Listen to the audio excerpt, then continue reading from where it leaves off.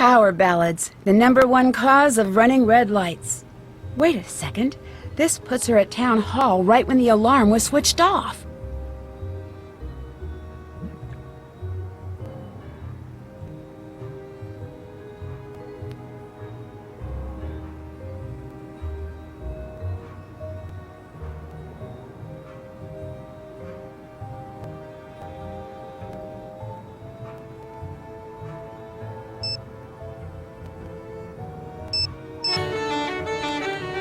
You have reached the Heights 9 Action News Tip line for Brenda Carlton.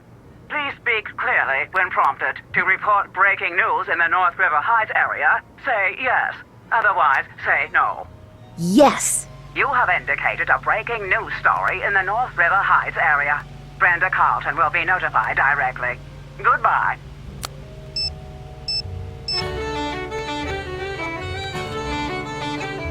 Nancy, I'm so glad you called. I need to go. Talk to you soon. I'll see you soon.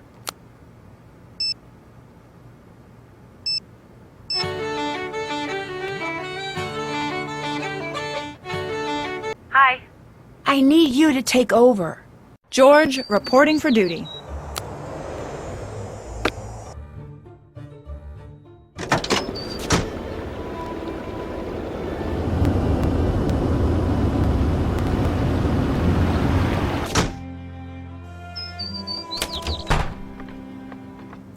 Salutations. Why do you have ether? Couldn't something like that be used to start a fire? It could, in theory, but if that was real, it would have probably evaporated or exploded by now. Where were you before you saw the fire? At around 2 p.m. I was going to talk over at the River Heights Historical Society. What was the talk about? We were talking about the time capsule. Not that that matters now that it's been burned to a crisp. It was due to be opened at the Anvil Days Festival. You should know this. The winner of the Clues Challenge gets to add something of their own when it's resealed. The talk you said you were giving at the Historical Society was canceled. What are you talking about? It never happened. Where were you really? It was not canceled. I showed up, I gave my talk, there was the reception, then I left. Same as always. That's not what I heard. What you heard was wrong. So why don't you just butt out? Why were you really at the Old Town Hall? I wasn't. I was just passing by. We have evidence that you were there. What were you doing? I was trying to open the time capsule. Why? That's none of your business. I didn't start the fire. I don't have to put up with this harassment. What do you know about Tony? Well, she's on the city council, so she's either corrupt or deeply immersed in the corrupting process. Not everyone in politics is corrupt. Seriously? Where's your youthful cynicism? Yes, all politicians are corrupt. I heard that Carson Drew worked on the team that prosecuted your case. He did. Do you think anyone will ever believe your side of things? My parents, they would say, Alexei, do not worry. The truth will one day make itself known. But in my life, all evidence points to the contrary. Are you trying to get back at Carson by framing Nancy? If I had a problem with Carson, I'd go after Carson, not Nancy. Did you know that Carson took classes from J.P. Bennington? Yes, I did. He was quite the teacher's pet from what I understand. Why do you distrust politicians? Because they don't care about people like you and me. When they're running for office, we're just votes to buy. Once they're elected, we're just collateral damage for whatever or whomever's buying them off. What do you know about Brenda? The reporter? She was in here pestering me earlier today, too. Are you all taking turns or something? Send the next guy in with a sandwich, would you? What did Brenda ask while she was here? I don't like it when people ask me questions. Right now, you are pestering me with questions about previous questions that I was pestered with earlier. It's just recursive and rude, and now I have a headache. You're not a very chipper person. Why's that? I once was. Really? Oh, yeah. I had a lot of fun in life. I had friends. I met the girl I was going to spend the rest of my life with. Okay, then what happened? What do you care? You some sort of tourist in other people's misery? No, it's just This shop is pretty cool. It seems like you'd be happy to run something like this instead of grumpy. You'd think that. I was happy, but one time, just once, I tried to speak truth to power, and man, if I didn't pay the price. What does that mean? It means my life has been a cruel joke.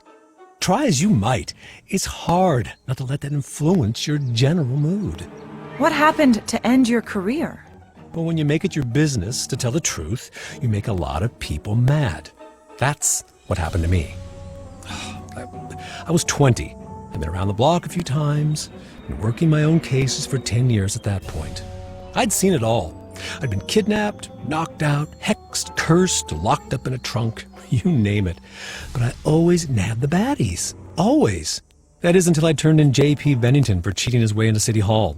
The Bennington family was very powerful in those days. Still is. In fact, Tony's brother-in-law is a Bennington. What happened? He accused me of stealing one of his father's priceless antiques, this ancient magnifying glass that was supposedly used in the drafting of the town charter. Supposedly belonged to one of the town's founding fathers.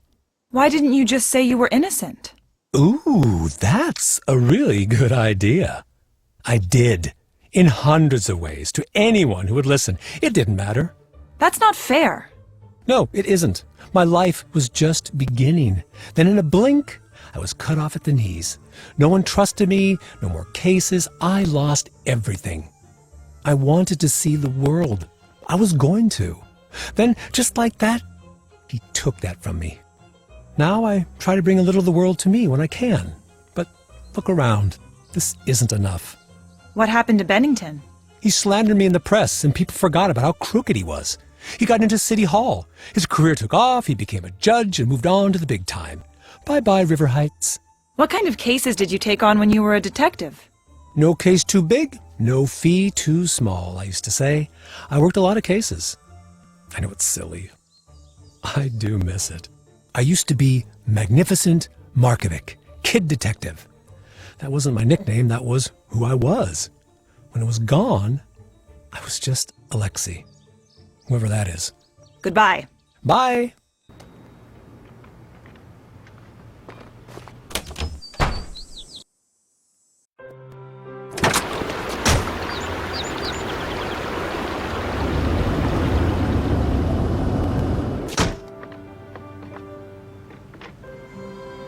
That must be what Nancy's dad was getting for her.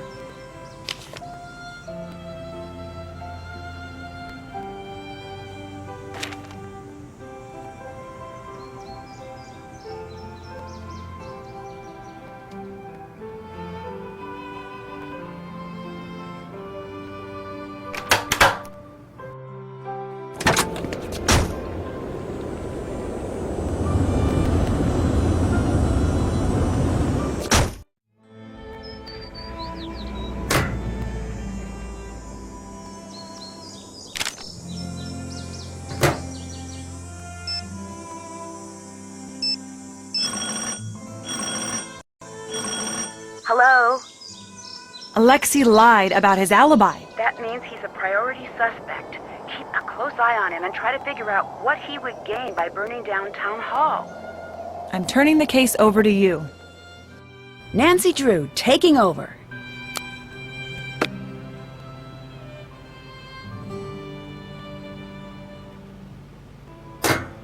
I need to check this against the chromatogram results. Which accelerant was used? The fire was started with isopropyl alcohol, not gasoline. Adding this to the evidence against me will help prove I didn't start the fire.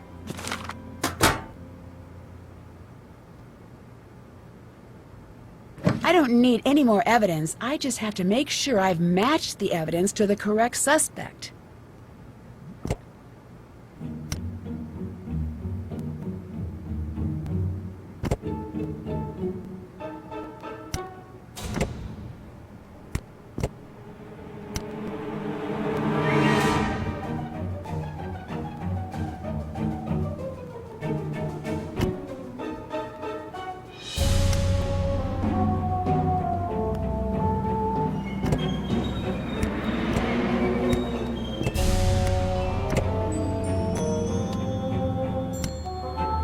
Can you take a look at this?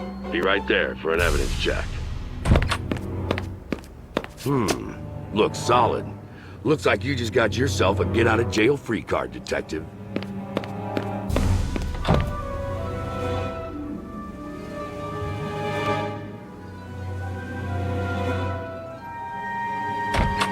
Yes, I'm out.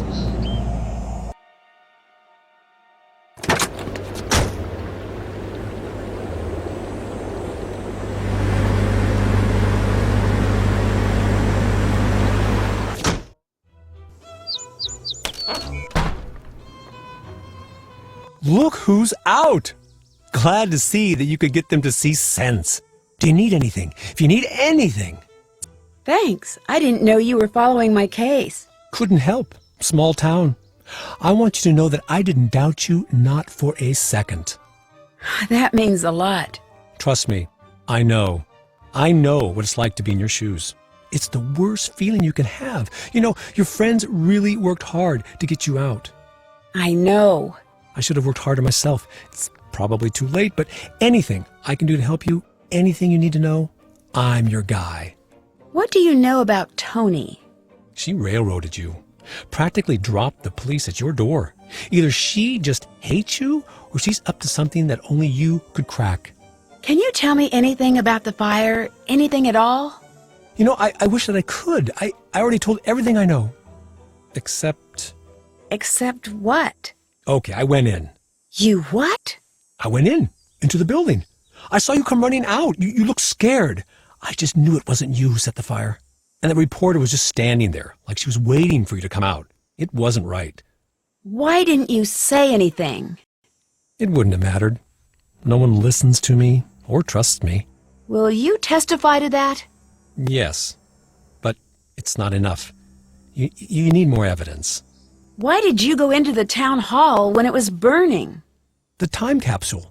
Bennington told me he'd put the magnifying glass somewhere I wouldn't find it for years and years. I always assumed he meant in the time capsule.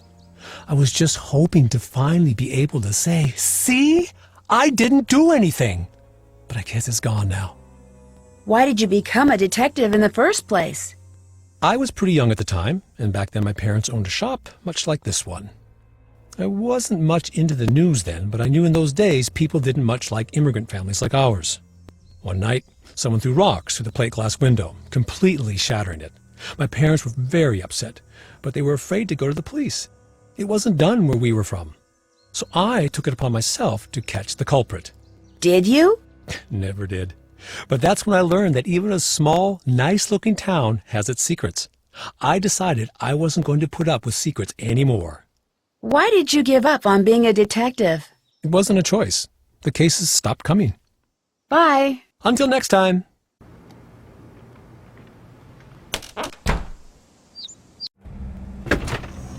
Nancy, how are you adjusting to life on the outside? Fine, thank you. I'm not in the mood to do an interview.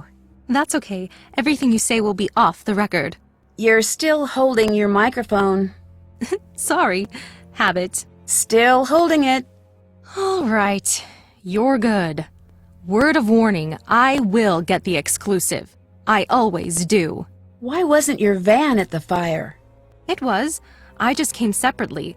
I share the van with other reporters sometimes. Can you tell me a little bit about your van?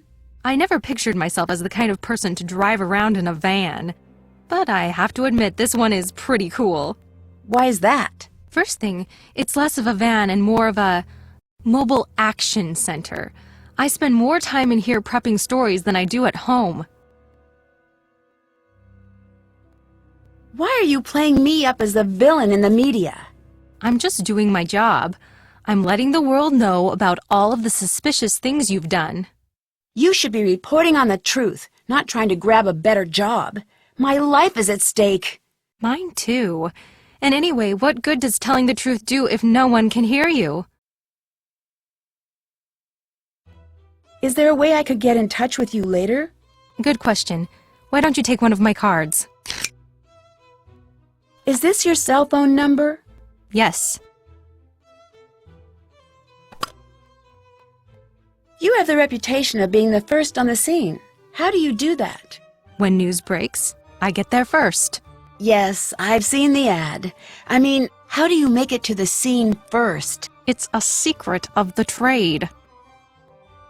You were at the scene of the fire so fast. How did you manage that? It's my job to be ready at a second's notice. Some people think I'm just lucky. I prefer to think I'm just that good. Do you mind if I look around in the van? Yes, for a variety of reasons, Nancy.